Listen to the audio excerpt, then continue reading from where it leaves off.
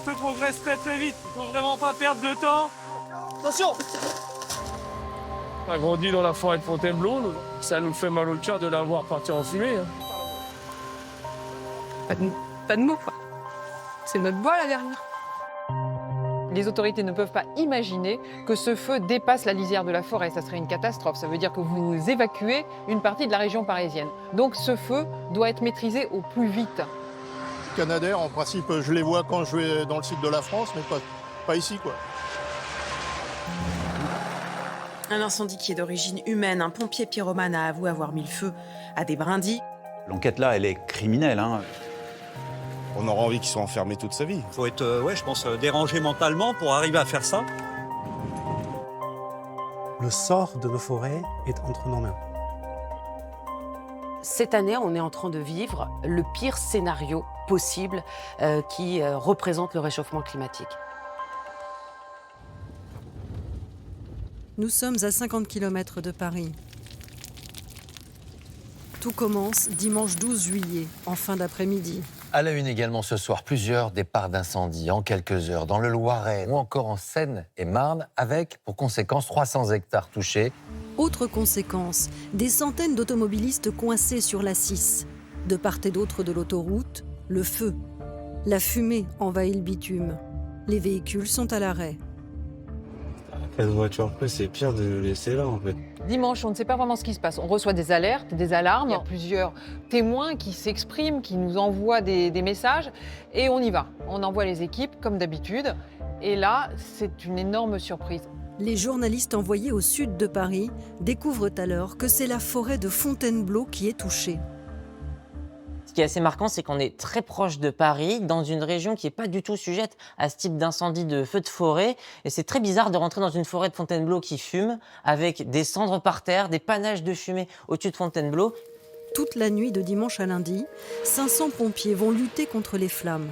Et les soldats du feu découvrent très vite une autre difficulté. Le terrain est très accidenté, ce qui ralentit leur avancée dans la forêt. La difficulté de ce terrain, déjà, c'est qu'il n'y a pas forcément beaucoup de pénétrantes qui nous permettent d'accéder au sinistre. C'est un terrain qui est quand même assez accidenté. On le voit de la manière où on circule, il y a beaucoup de chaos rocheux. Et donc, on est obligé d'établir des fois des longues distances de tuyaux pour y accéder. Et comme toujours, le combat est inégal, surtout quand le vent est de la partie. Le feu avance alors très vite. Il est déjà aux portes d'Achères-la-Forêt, qui a dû être partiellement évacuée. La maire de la commune fait face à une situation totalement inédite. Très inédite, effectivement, comme situation, catastrophique, très inquiétante. On a évacué une partie du village, là on a sécurisé les gens. Maintenant, voilà, on travaille avec les pompiers, les gendarmes pour faire en sorte que les maisons maintenant soient aussi sécurisées et que le feu se propage, en tout cas pas côté maison, mais on est très inquiets. Autre commune touchée, celle de Noisy-sur-École. Un habitant filme sa fuite en voiture. Il vient juste d'abandonner sa maison.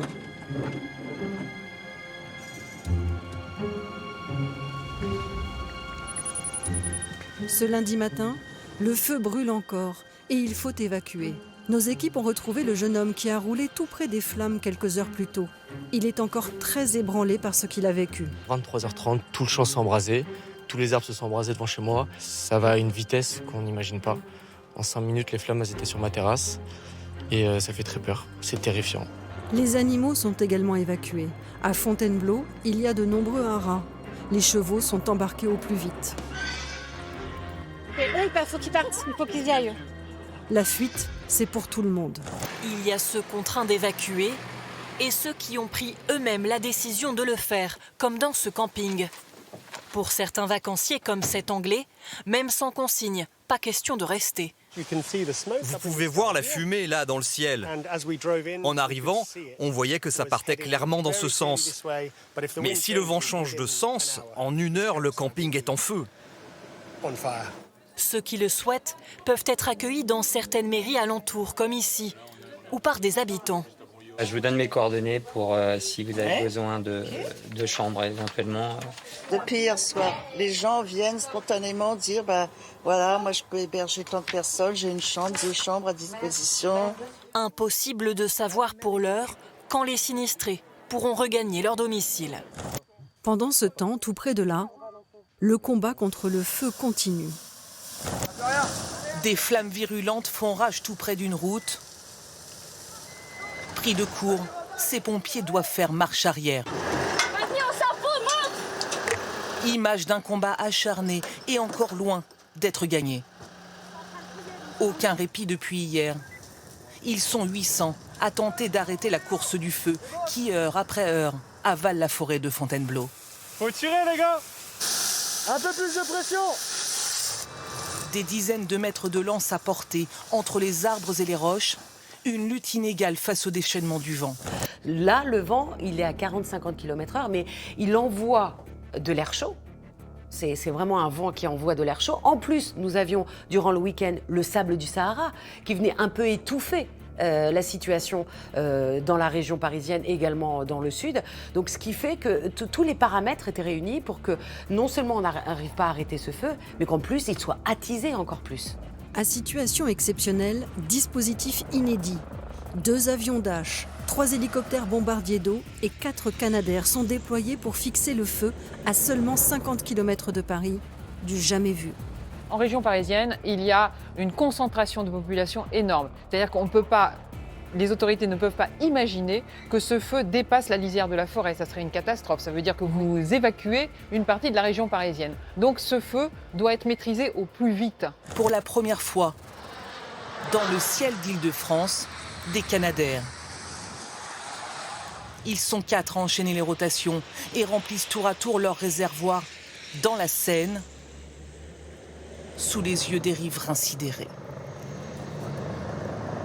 C'est la première fois que je vois ça, parce que les Canadair, en principe, je les vois quand je vais dans le sud de la France, mais pas ici, quoi. Voilà. Donc, c'est triste. Évidemment, en région parisienne, on se sentait un peu loin, épargné de ça. Là, du coup, il y a une espèce de rapprochement physique qui fait peur et surtout qui est très inquiétant, quoi. Et il faut aller vite, car la composition du sol de la forêt est particulière. À Fontainebleau, les tourbières se forment depuis des milliers d'années. Un mélange de matière organique accumulée sur plusieurs mètres dans le sous-sol, hautement inflammable. On va avoir les épines, on va avoir les racines des arbres. Ici, vous voyez, c'est une souche qui est en train de sécher. Forcément, les racines, elles vont finir par se décomposer et ça va créer de la matière organique dans le sous-sol. Et c'est inflammable. Et c'est inflammable. Pourquoi ? Vous voyez bien, c'est comme des copeaux de bois qui sont très secs. Une simple étincelle et c'est le feu. Le feu peut être éteint en surface, mais continuer de couver en sous-sol et ressurgir à des dizaines, voire des centaines de mètres plus loin, des jours plus tard. On appelle ça un feu zombie. Le feu zombie, c'est très simple. C'est un feu qui naît dans la tourbe, qui s'embrase avec la tourbe. Les pompiers interviennent, ils éteignent le feu. Et puis pour autant, un petit coup de vent et ça repart, par-ci, par-là. C'est pour ça qu'on appelle ça le feu zombie et c'est un feu mort mais vivant. Ce lundi, 2 nouveaux départs de feu ont été constatés à Arbonne-la-Forêt et à Fontainebleau. D'ailleurs, les jardins du château ont dû être fermés. Plus loin, la 6 est toujours coupée, prise en tenaille entre 2 foyers d'incendie. L'autoroute est totalement fermée, en plein week-end de pont du 14 juillet. Les trains aussi se retrouvent à l'arrêt, les rails sont menacés par les flammes, comme ici, dans Lyon. Le résultat, c'est évidemment une belle pagaille toute la journée en gare de Lyon.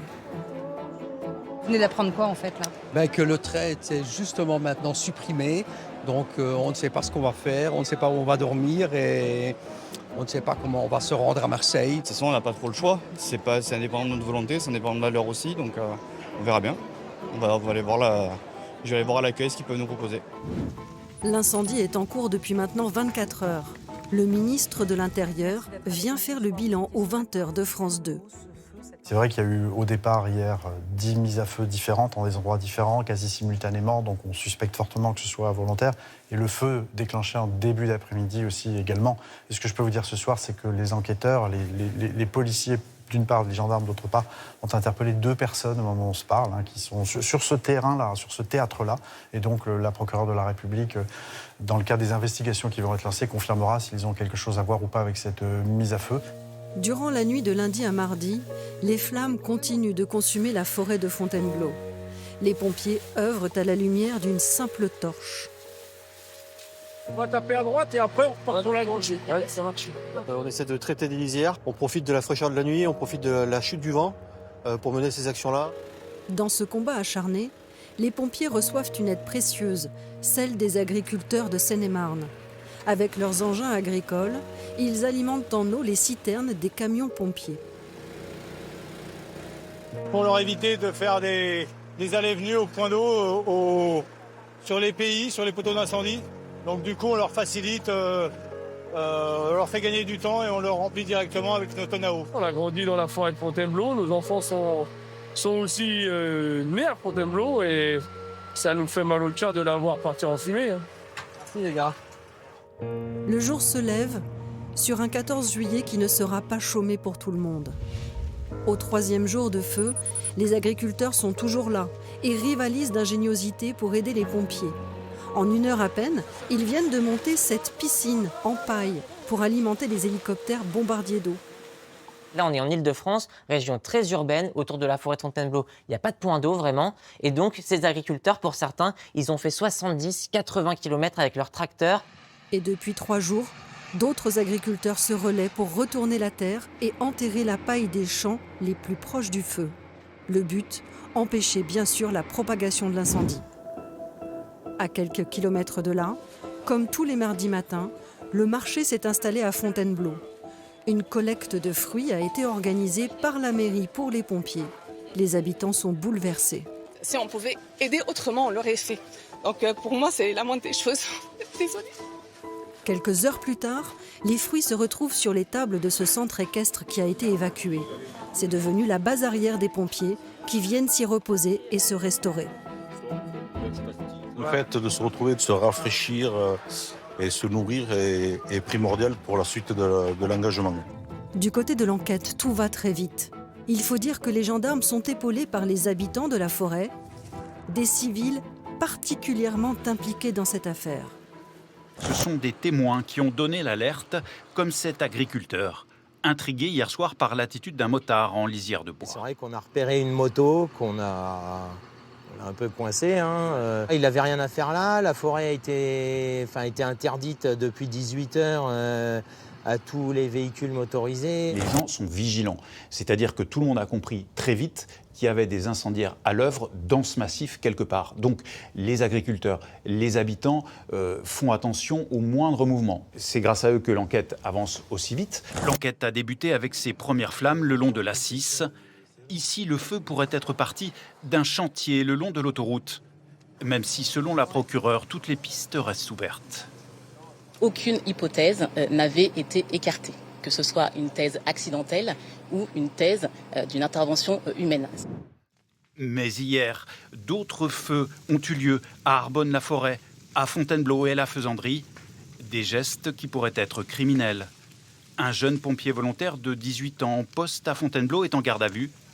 Sans antécédent judiciaire, il a été interpellé hier soir avec un briquet et de la suie sur les mains. Il a reconnu avoir mis le feu à des brindilles en déversant de l'essence. C'est le pompier dit pyromane, c'est-à-dire un pompier qui, normalement, devrait être chargé de la lutte contre les incendies et qui est tellement impliqué dans cette lutte qu'il veut passer à l'action.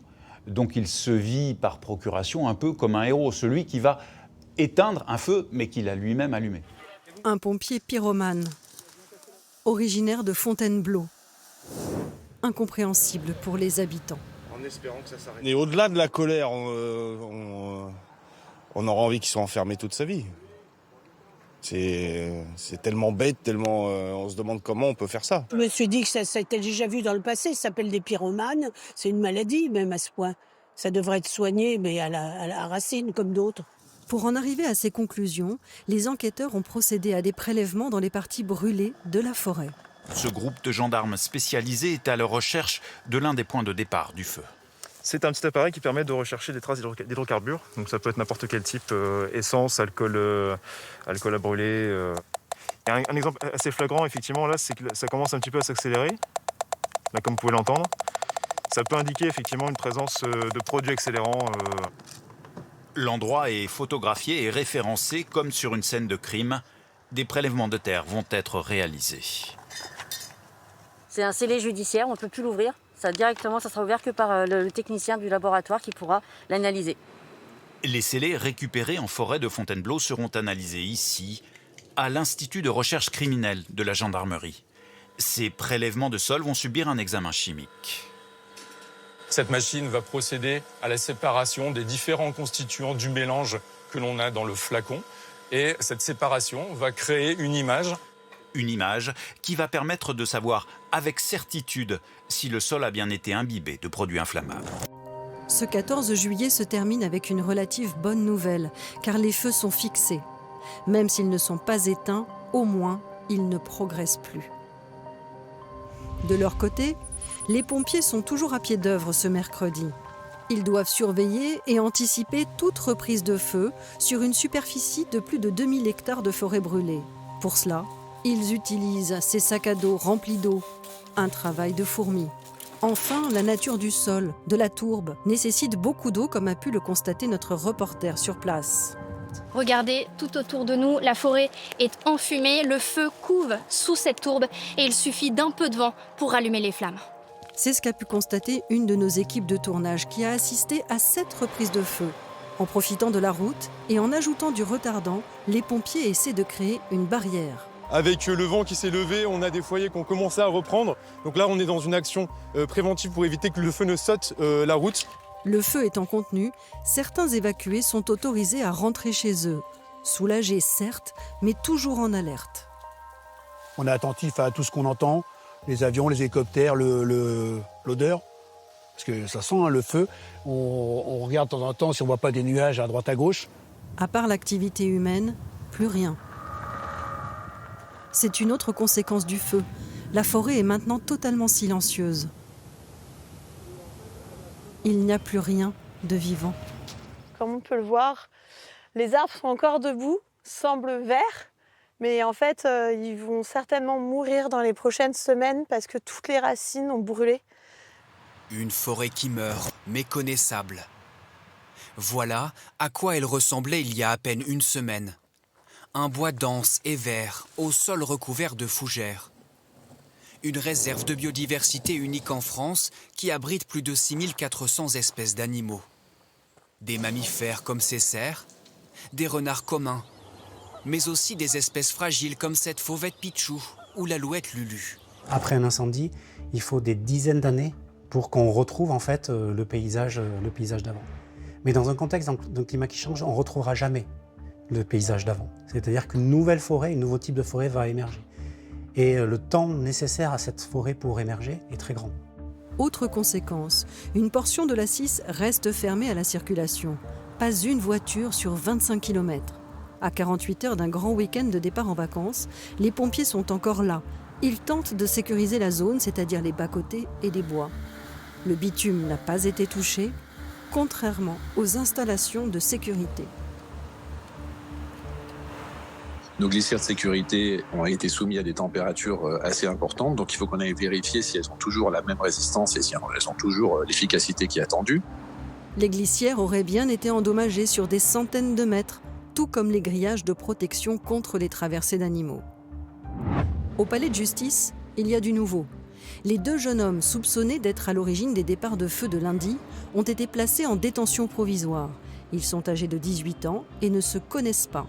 Si l'étudiant a reconnu les faits, le jeune pompier, lui, nie toute implication malgré ses déclarations en garde à vue. Dans les rangs des pompiers, les sanctions n'ont pas tardé.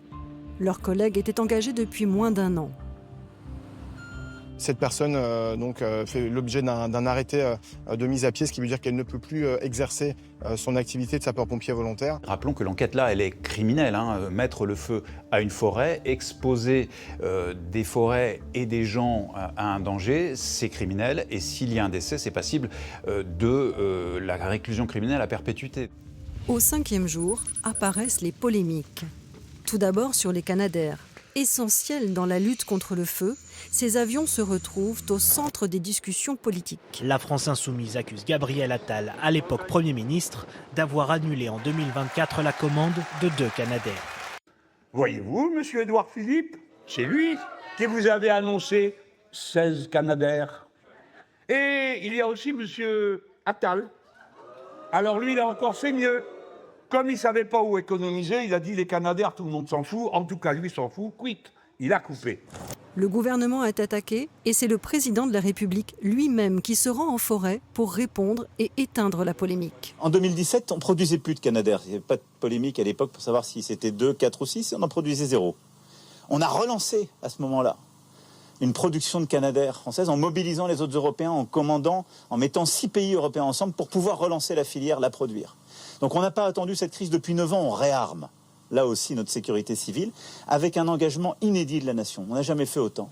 Le problème, au fond, c'est toujours le budget. Et pour un incendie, à chaque fois, l'addition est salée. Des moyens très coûteux pour venir à bout de l'incendie de Fontainebleau. Pour les pompiers mobilisés depuis dimanche, la facture s'alourdit chaque jour. Un bidon comme ça, c'est quasiment 200 € et on l'utilise dans les camions-citernes feux de forêt. On peut en utiliser plusieurs par jour en fonction de l'utilisation du véhicule. Donc finalement, c'est un produit qui coûte assez cher, mais qui est nécessaire si on veut rendre efficace l'action de nos sapeurs-pompiers sur le terrain. Et ce n'est pas la seule dépense. Un véhicule qui travaille pendant une journée, peut-être qu'il va faire 3 ou 4 fois le plein sur une journée de travail. 200 litres. 200 litres. Ça fait cher la facture alors. Ça fait cher la facture, surtout que c'est pour un véhicule. Et sur le chantier, depuis lundi, on en a 90 comme ça. Dans les airs aussi, tout coûte cher. La France possède 8 avions bombardiers d'eau, 12 Canadair, dont l'heure de vol coûte 16 000 €. Des frais à engager, donc des choix politiques à faire. Évidemment, c'est un problème, et c'est un problème pour le pouvoir qui est remis en cause dans sa façon d'anticiper et de ne pas avoir anticipé la crise qui arrivait, une crise de canicule, une crise de sécheresse, une crise de l'eau, une crise des incendies, et ensuite, on imagine tout ce qui va se découler du fait du dérèglement climatique. Car cet incendie sonne bien sûr comme une nouvelle alerte.